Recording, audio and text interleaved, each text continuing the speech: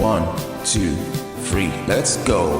Wednesday afternoon, hoping you will tune into our show.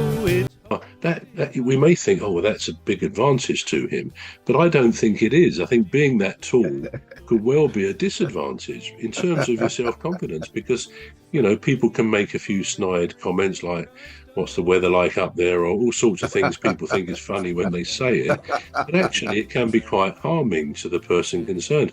So my experience of when I've ever known some very tall people is that they kind of have to overcome the instinctive sense of just not being like everybody else.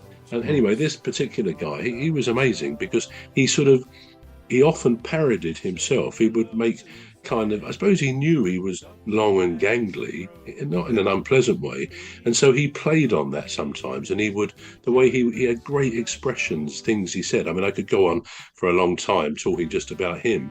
He was an amazing fellow, but this self-confidence coupled with absolute decency as a person, he's just one of those people you warmed to, made him stand out, not just with his height, but with his whole personality. His demeanour was self-confident, and I think that's a sort of self-confidence it's good to aspire to almost, I think, as you or Dan, I think Danny said, to be able to laugh at yourself a bit. I think it was you actually, Cuz, to be self-deprecating, to be able to take a joke against oneself, to be able to do that confidently is a good attribute to have, I think.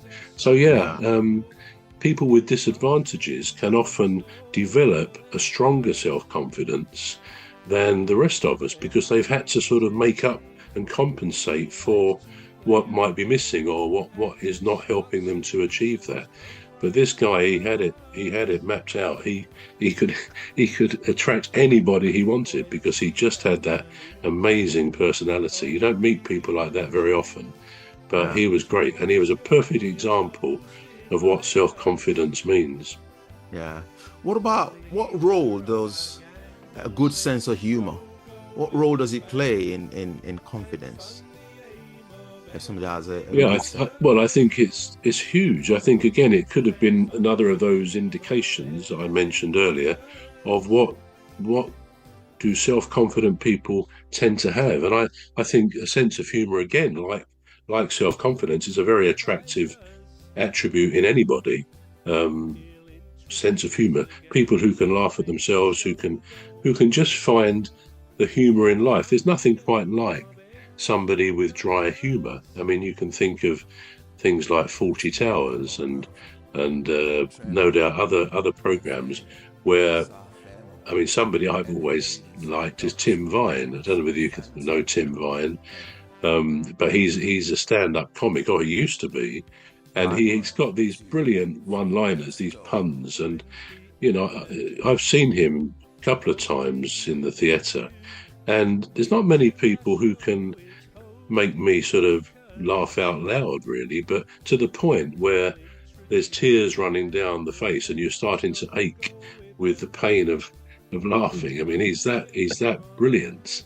And I mean, I think you can get his DVDs. Tim Vine is his name, but he's a bottle of medicine, because that kind of laughter is worth as many tablets as you could ever take if you're down in yourself. Or the leader of our gang will make the show go with a bang and fund the aim of everything customers and fund the aim of everything customers.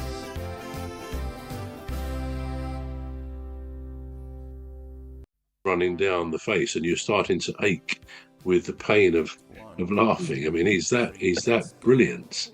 And I mean, I think you can get his DVDs. Tim Vine is his name, but he's a bottle of medicine, because that kind of laughter is worth as many tablets as you could ever take if you're down in yourself, or you need a bit of uplift. Go and listen to somebody who makes you laugh, because that is really great medicine, isn't it? Yes. There's quite a few of them around. Yeah. Now, what I was going to say is motivational speakers. Because there's something that you said at the onset, bro. You said some people are born with confidence, and some people, acquire confidence. Now, what role does motivational speakers play in that?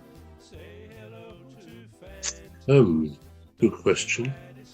I think. Well, I mean, go on, Danny. Yeah. Oh, sorry. It was No, just a after- short one. I after think you. it instills a somewhat a leadership kind of quality. You imagine somebody who stood up on stage or in front of people, you're commanding respect from the audience, but in a positive way. Obviously, we're not fascists, but you're commanding respect from the audience. You're showing a leadership kind of role, and again with laughter, if you can beat up them.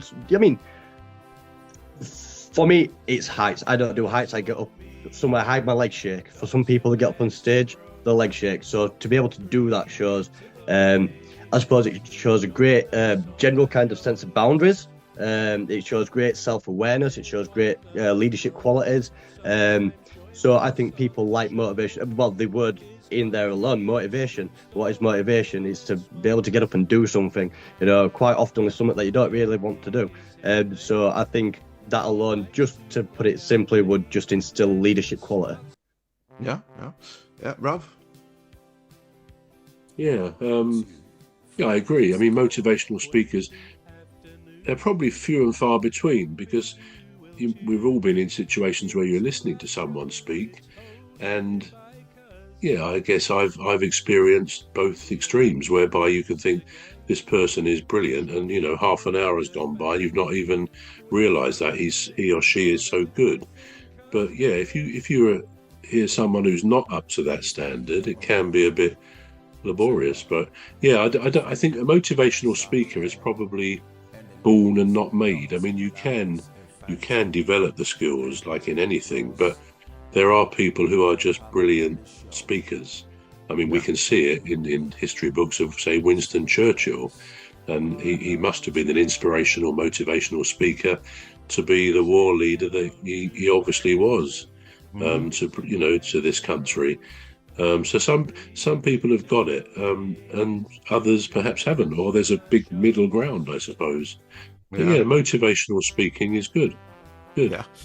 Yeah. Rose, can you hear us? Yeah. Oh, good to Rose. Can you good see to have me? you. No, we can't see you, but good to have you. Why? Good to have you on. Hang on. Let me It's just do it. because you haven't. Of our gang will make the show go with a bang and fund the aim of everything casters. And fund the aim of everything casters.